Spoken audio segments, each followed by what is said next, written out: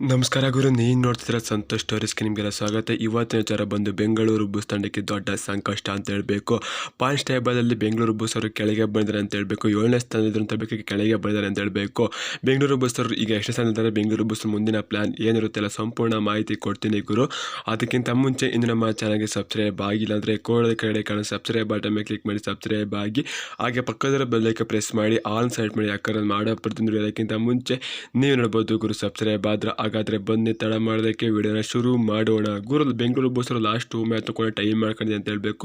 Tie ಮಾಡ್ಕೊಳ್ಳೋ ಬದಲಾಗಿ Bengaluru Bulls ಅವರು ಎರಡೂ ಕೂಡ ವಿಕ್ಟರಿ ಗಳಿಸ್ಕೊಂಡಿತ್ತು ಅಂತಂದರೆ ನಮ್ಮ ಬೆಂಗಳೂರು ಬುಲ್ಸ್ ಲೆವೆಲೇ ಚೇಂಜ್ ಇರೋದು ಅಂತ ಹೇಳಬೇಕು. ಈಗ ಪಾಯಿಂಟ್ಸ್ ಟೇಬಲಲ್ಲಿ ಬೆಂಗಳೂರು ಬುಲ್ಸ್ ಅವ್ರ ಜಾಗನೇ ಬೇರೆ ಇರೋದು ಅಂತ ಹೇಳ್ತೀನಿ ಗುರು. ಈಗ ಬೆಂಗಳೂರು ಬುಲ್ಸ್ ಅವರು ನೆನಪು ಟೈ ಆದರೂ ಕೂಡ 7ನೇ ಸ್ಥಾನದಿದ್ದು ಅಂತ ಹೇಳಬೇಕು. ನೆನೆ ಬೆಂಗಳೂರು ಬುಲ್ಸ್ ಬೆಂಗಾಳು ವಾರಿಯರ್ಸ್ ಮತ್ತು ದಬಂಗದಲ್ಲಿ ಕೇಸ್ ಮ್ಯಾಚ್ ಇತ್ತು ಗೊತ್ತಿರ್ಬೋದು. ಅಲ್ಲಿ ಬೆಂಗಾಳು ವಾರಿಯರ್ಸ್ ಅನ್ನ ಗೆದ್ದ ನಂತರ ಬೆಂಗಳೂರು ಬುಲ್ಸ್ ಅವ್ರ ಪಾಯಿಂಟ್ಸ್ ಟೇಬಲ್ ದೊಡ್ಡ ಬದಲಾವಣೆ ಆಗಿದೆ ಅಂತ ಹೇಳಬೇಕು. ಬೆಂಗಾಳು ವಾರಿಯರ್ಸ್ ತಂಡ ಮೇಲಕ್ಕೆ ಹೋಗಿದೆ. ಬೆಂಗಾಳು ವಾರಿಯರ್ಸ್ ತಂಡ ನೋಡ್ತಾ ಇರ್ಬೋದು 7ನೇ ಸ್ಥಾನಕ್ಕೆ ಹೋಗಿದ್ದಾರೆ. ಬೆಂಗಳೂರು ಬುಲ್ಸ್ ತಂಡ 8ನೇ ಸ್ಥಾನದಲ್ಲಿ ಅಂತ ಹೇಳಬೇಕು. ಇನ್ನು ಇದ್ದಿದ್ದಂತೆ ಪಾಯಿಂಟ್ಸ್ ಟೇಬಲ್ ಅದೇ ರೀತಿ ಇದೆ ಅಂತ ಹೇಳಬೇಕು. ದಬಂಗದಲ್ಲಿ ಕೂಡ ಅಲ್ಲೇ ಇದೆ, ಹರಿಯಾಣ ಕೂಡ ಅಲ್ಲೇ ಇದೆ, ಪಟ್ಟಣ ಅಲ್ಲೇ ಇದೆ, ಗುಜರಾತ್ ಕೂಡ ಅಲ್ಲೇ ಇದೆ ಅಂತ ಹೇಳಬೇಕು. ಬೆಂಗಳೂರು ಬುಲ್ಸ್ ನೆಕ್ಸ್ಟ್ ಮ್ಯಾಚ್ ಇರೋದು ಮುಂಬೈ ಇರೋದು ಅಂತ ಹೇಳಬೇಕು.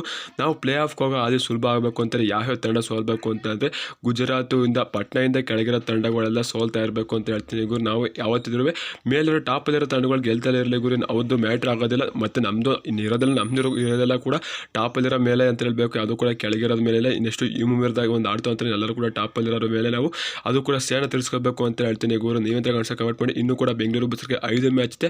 5 ಮ್ಯಾಚಲ್ಲಿ 4 ಮ್ಯಾಚ್ ಕಂಫರ್ಟಬಲ್ ಆಗಿ ಗೆಲ್ತು ಅಂತಾರೆ. ನಮ್ಮ ಬೆಂಗಳೂರು ಬುಲ್ಸ್ ಆರಾಮಾಗಿ ಪ್ಲೇ ಆಫ್ ಹೋಗ್ಬೋದು ಅಂತ ಹೇಳ್ತೀನಿ.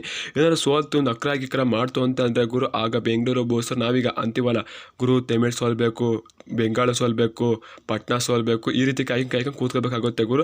ಆ ರೀತಿ ಬೇಡ. ಬೆಂಗಳೂರು ಬುಲ್ಸ್ 5ಕ್ಕೆ 5 ಮ್ಯಾಚ್ ಗೆಲ್ತು ಅಂದರೆ ಇನ್ನೂ ಒಳ್ಳೆಯದೇ ಅಂತ ಹೇಳ್ತೀನಿ. ಆದರೆ ಸದ್ಯಕ್ಕೆ 4 ಗೆಲ್ತು ಅಂದರೆ ತುಂಬ ಒಳ್ಳೆಯದು ಬೆಂಗಳೂರು ಬುಲ್ಸ್ ಅಂತ ಹೇಳ್ತೀನಿ. ನೀವಂತ ಕಾಣಿಸೋ ಕಮೆಂಟ್ ಮಾಡಿ ಗುರು. ಸಿಗೋಣ ಎಷ್ಟು ತಾಡ ಬಂದ ನಮಸ್ಕಾರ. ಜೈ ಬೆಂಗಳೂರು ಬುಲ್ಸ್. ಹೆಲಿಕಾಪ್ಟರ್.